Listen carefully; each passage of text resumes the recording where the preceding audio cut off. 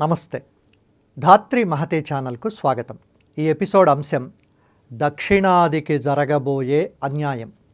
ఇది ఒక దేశంలో ఒక భూభాగానికి సంబంధించిన సమస్య. జాగ్రత్తగా వినండి.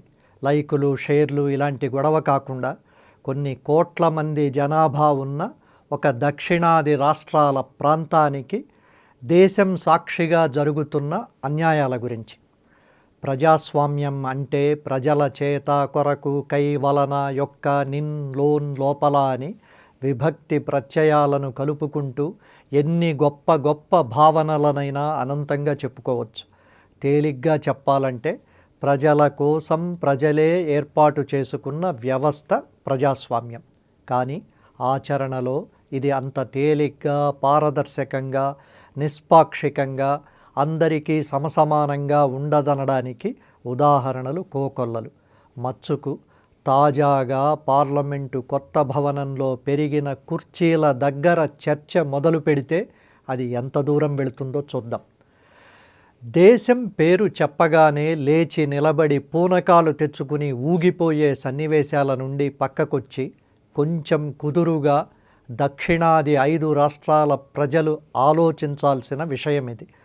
రాజ్యాంగ నిపుణులు చెప్పే అన్వయాలు, అర్థాలు, అంతరార్థాలను కాసేపు పక్కన పెట్టి భవిష్యత్తులో దక్షిణాది రాష్ట్రాల ప్రజాస్వామ్య ప్రాతినిధ్యం విలువ తగ్గే ఉపద్రవం గురించి ఆలోచించాల్సిన సందర్భం ఇది. పార్లమెంటు కొత్త భవనంలో తమిళనాడు పురాతన రాజదండం సెంగోల్ ప్రతీక కూడా మౌనంగా ఉండిపోవాల్సిన సంకట స్థితి ఇది. దేశంలో జనాభా లెక్కలు లెక్కగట్టే పని ఒకటి బాకీ ఉంది. అది కాగానే పార్లమెంటు స్థానాల పునర్విభజన డీలిమిటేషన్ మరొకటి బాకీ ఉంది.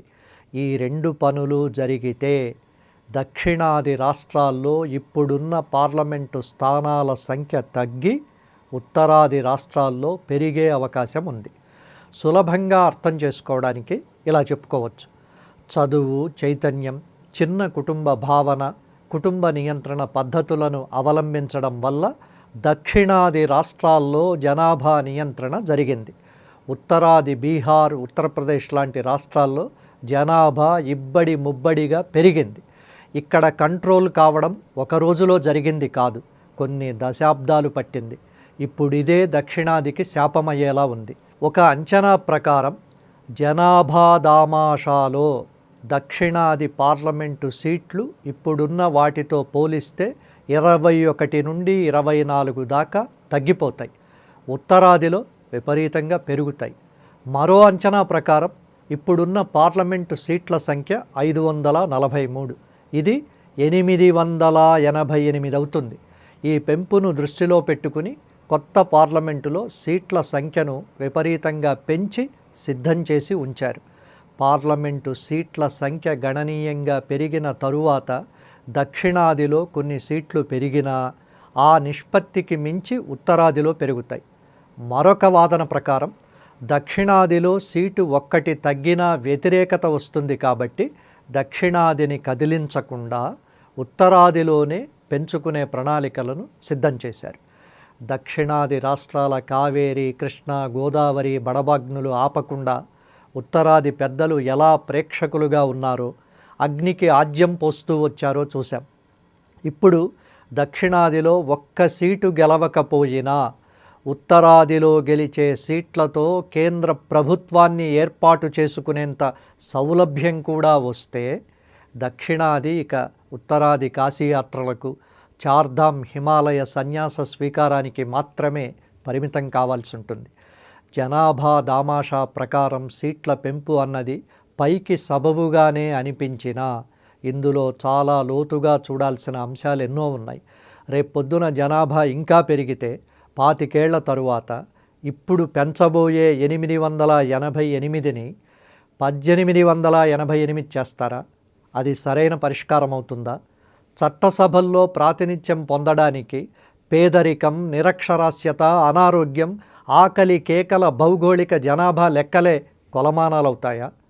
అభివృద్ధి చెందిన సమాజాలను, ప్రాంతాలను చిన్నచూపు చూడడం ప్రభుత్వాలకు ఒక విధానంగా మారితే కొన్ని దశాబ్దాలకు ఆ అభివృద్ధి ఇంగువ కట్టిన గుడ్డగా మారిపోదా? ఇదొక ఆదర్శంగా పాలనకు ప్రాతినిధ్యానికి గీటురాయిగా మారితే బాగా వెనుకబడి ఉండడానికి ప్రజలు, వెనుకబడి ఉండేలా చేయడానికి ప్రజలెన్నుకునే ప్రతినిధులు పోటీలు పడరా? అభివృద్ధి చెందిన భౌగోళిక ప్రాంతానికి అభినందనగా ప్రభుత్వ ప్రోత్సాహం దక్కాలా, తిరస్కారం దక్కాలా? ఉన్నవాడిని కొట్టి లేనివాడికి పంచే రాబిన్హుడ్ సిద్ధాంతం ప్రజాస్వామ్యం అవుతుందా? One nation, one election, one Hindi language నినాదాల జై భారత్ హోరులో దక్షిణాది మలయా నిలయం విలవిలలాడాల్సిందేనా? తమిళ తళలు వెలవెలపోవాల్సిందేనా?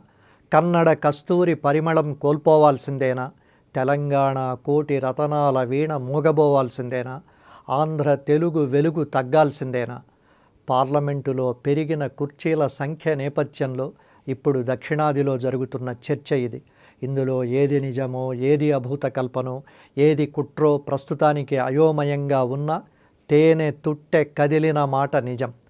దక్షిణాదికి అన్యాయం జరగకుండా ఉత్తరాది పేదలకు అండగా ఉండేలా బహుశా దక్షిణాది రాష్ట్రాలే ఆచరణయోగ్యమైన ప్రత్యామ్నాయ ప్రణాళిక ఏదైనా సూచించాలేమో. భారతీయ న్యాయ సంహితలో దక్షిణాది ధర్మానికి విలువ ఉండదా? భావోద్వేగాల పాచికలు, చీలికలు, పెట్టుబడులు, కట్టుబడులు దాటి భవిష్యత్తును ఆలోచించి వాణి వినిపించకపోతే, తమ హక్కుల కోసం పెదవి విప్పకపోతే దక్షిణాదికి మిగిలేది బూడిదే. మరో ఆసక్తికరమైన అంశంతో తర్వాతి ఎపిసోడ్లో కలుద్దాం. అంతవరకు సెలవు. నమస్కారం.